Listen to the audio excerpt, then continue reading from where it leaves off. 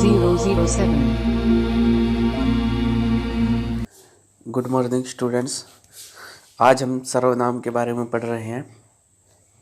सर्वनाम, जैसा कि नाम से ही पता चल रहा है, सर्व सभी और नाम किसी की संज्ञा।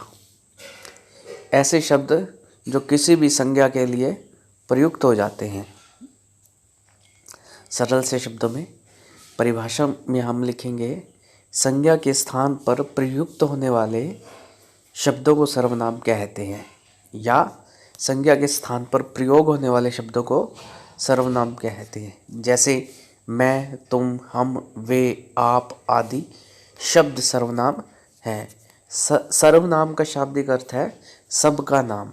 ये शब्द किसी विशेष व्यक्ति के लिए, किसी विशेष व्यक्ति के द्वारा प्रयुक्त न होकर सबके द्वारा प्रयुक्त होता है, तथा किसी एक का नाम न होकर के सबका नाम होते हैं। जैसे मैं का प्रयोग सभी व्यक्ति स्वयं के लिए, अपने लिए करते हैं, अतः मैं किसी का एक का नाम न होकर सबका नाम अर्थात सर्वनाम है। सर्वनाम के 6 भेद हैं। पहला है पुरुषवाचक, दूसरा निश्चयवाचक, तीसरा अनिश्चयवाचक, चौथा संबंधवाचक, पांचवा प्रश्नवाचक और छठा निजवाचक सर्वनाम। पहला पुरुषवाचक सर्वनाम। पुरुषवाचक सर्वनाम 3 प्रकार के होते हैं: उत्तम पुरुष, मध्यम पुरुष एवं अन्य पुरुष। उत्तम पुरुष स्वयं के लिए प्रयोग होता है, जैसे मैं, हम, मैंने, हमने, मेरा, हमारा, मुझे, मुझको। वाक्य क्या बनेगा कि मैंने अपना काम कर लिया, हमने अपना काम कर लिया, यह पुस्तक मेरी है। इस प्रकार से मुझे 2 रुपये चाहिए, यह घर हमारा है, इस प्रकार। और मध्यम पुरुष में क्या आएगा? तू, तुम, तुमने, तुझे, तूने, तुम्हें, तुमको, तुमसे, आपने, आपको। मध्यम पुरुष में वह व्यक्ति होता है जो हमारे सामने है। जैसे तुमने काम कर लिया, तुझे क्या चाहिए, तुम्हें क्या चाहिए, तुमसे कोई मतलब। इस प्रकार के शब्द मध्यम पुरुष सर्वनाम है। अन्य पुरुष में वह व्यक्ति होते हैं जो हमसे परे या दूर है, उनके बारे में हम बात करते हैं। जैसे वह जा रहा है, यह सब क्या है, वे कौन है, ये कौन है, इन को जाने दो, उनको जाने दो, उनसे हमें क्या अभिप्राय। इस प्रकार से ये अन्य पुरुष में आते हैं। नेक्स्ट है निश्चयवाचक सर्वनाम। निकट या दूर के व्यक्तियों या वस्तुओं का निश्चय संकेत जिन शब्दों से व्यक्त होता है उन्हें निश्चयवाचक सर्वनाम कहते हैं।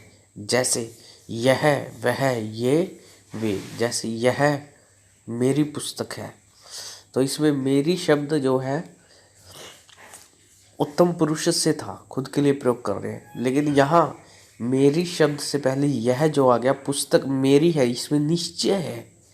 यह पेन मेरा है, यह घर उनका है, तो यहाँ पर यह वह सब निश्चयात्मक है। यह मेरी पुस्तक है, वह उनकी मेज है, यह मेरे हथियार है, वे आदमी, वे तुम्हारे आदमी है। तो इस प्रकार से इसमें निश्चय है। तीसरा है अनिश्चयवाचक सर्वनाम। जिन सर्वनामों से किसी निश्चित वस्तु का बोध नहीं होता उन्हें अनिश्चयवाचक सर्वनाम कहते हैं। या जिन सर्वनामों से किसी वस्तु का बोध नहीं होता, निश्चय बोध नहीं होता, तो वो अनिश्चयवाचक सर्वनाम हो जाते हैं। जैसे कोई, कुछ। तो इसमें कोई आ गया तो क्या करोगे, उसने कुछ नहीं लिया, तो इसमें अनिश्चयवाचक है। दूध में कुछ गिर गया, तो यहाँ कुछ शब्द अनिश्चयवाचक है। गिरा तो है लेकिन मालूम नहीं क्या गिरा है। कभी कभी कुछ शब्द समूह भी अनिश्चयवाचक सर्वनाम के रूप में प्रयोग होते हैं। कभी कभी कुछ शब्द समूह भी अनिश्चयवाचक के रूप में प्रयोग होते हैं, जैसे कुछ न कुछ, उसने कुछ न कुछ जरूर कहा होगा, कोई न कोई जरूर आया होगा, वहाँ सब कुछ पड़ा था, हर कोई अपनी अपनी बात कर रहा था, कुछ भी कहना नहीं चाहिए, कुछ कुछ आदि। इस प्रकार से ये अनिश्चयवाचक सर्वनाम है। चौथा है संबंधवाचक सर्वनाम। जिस सर्वनाम से किसी दूसरे सर्वनाम से संबंध स्थापित किया जाए उसे संबंधवाचक सर्वनाम कहते हैं। जैसे जो सो, जो आया है सो जाएगा, यह ध्रुव सत्य है। तो इसमें जो आया है वह जाएगा, ये संबंध स्थापित किया है। जैसा करोगे वैसा भरोगे, जैसी करनी वैसी भरनी। तो इस प्रकार से इनमें संबंध होने से संबंधवाचक सर्वनाम है। नेक्स्ट है प्रश्नवाचक सर्वनाम।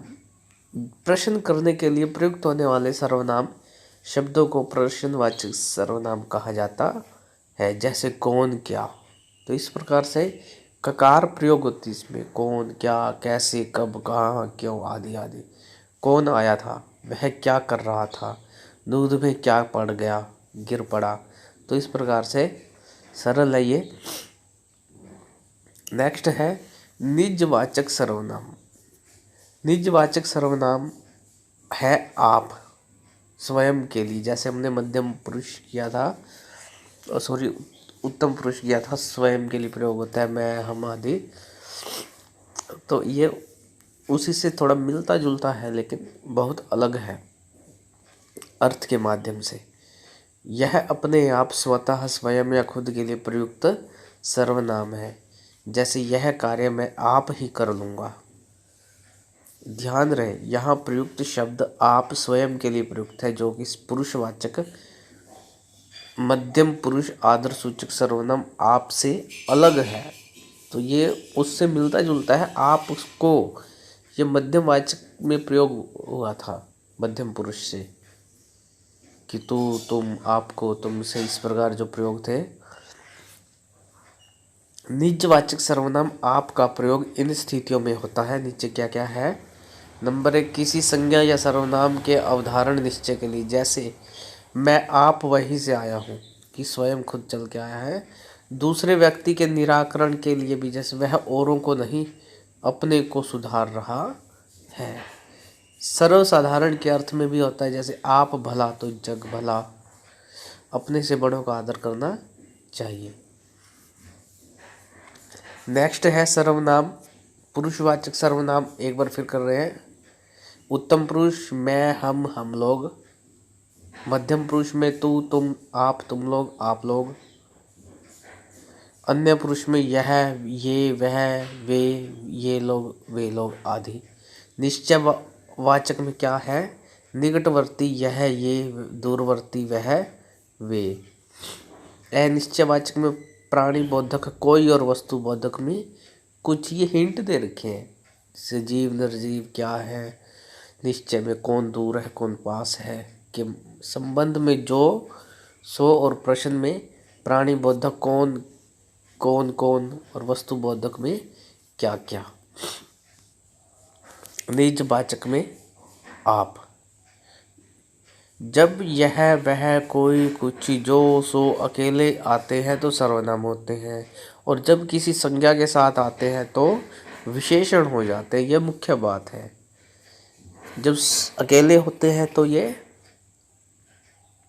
सर्वनाम का प्रयोग में होता है इनका, और जब किसी संज्ञा के साथ जुड़कर आते हैं तो वो उस संज्ञा के विशेषण के रूप में आते हैं। जैसे यह आ गई, यहाँ यह सर्वनाम है। यह किताब कैसी है, तो किताब के साथ यह जुड़ा हुआ है, तो यह शब्द विशेषण के रूप में है। नेक्स्ट सर्वनाम के विकारी रूप है। विभिन्न कारकों में प्रयुक्त होने पर सर्वनाम शब्दों के रूप परिवर्तित हो जाते हैं। जैसे क्या होता है कि आप कारक पढ़ते हो, उसमें विभक्तियां चलती हैं और वचन चलते हैं, एक वचन, बहुवचन, और सारी विभक्तियों के अनुसार। सर्वनाम का प्रयोग संबोधन में नहीं होता। इसके विकारी रूप है मैंने मुझको मुझसे, हमने हमको हमसे, मेरा हमारा, उसने उसको, तुमने तुमको, आपने आपको, तुझे तुम्हारा, तुमसे, ये दो भी चलते हैं, इसने इसको और किसको आदि। ये विकारी रूप है। रूप बदलते भी हैं इनके, संज्ञाओं के अकॉर्डिंग, क्रियाओं के अकॉर्डिंग। सर्वनाम का पद परिचय क्या है? किसी वाक्य में प्रयुक्त सर्वनाम का पद परिचय देने के लिए पहले सर्वनाम का भेद लिखना होता है, फिर लिंग, फिर वचन, कारक एवं अन्य पदों से उसका संबंध। जैसे मैं पुस्तक पढ़ता हूँ, इसमें मैं सर्वनाम है पुरुषवाचक में, तो इसमें क्या होएगा? सर्वनाम है। कैसा सर्वनाम है? पुरुषवाचक। उत्तम पुरुष है, पुल्लिंग में है, एक वचन में, और कर्ता कारक में है, पढ़ना क्रिया का करता है। चाहे मैं कुछ पढ़ गया, तो इसमें कुछ शब्द क्या है? सर्वनाम, अनिश्चय वाचक, पुल्लिंग, एक वचन, कर्म कारक, पढ़ा क्रिया का कर्म। आज के लिए इतना ही। ये Powered by PK Star 007. Powered by PK Star 007.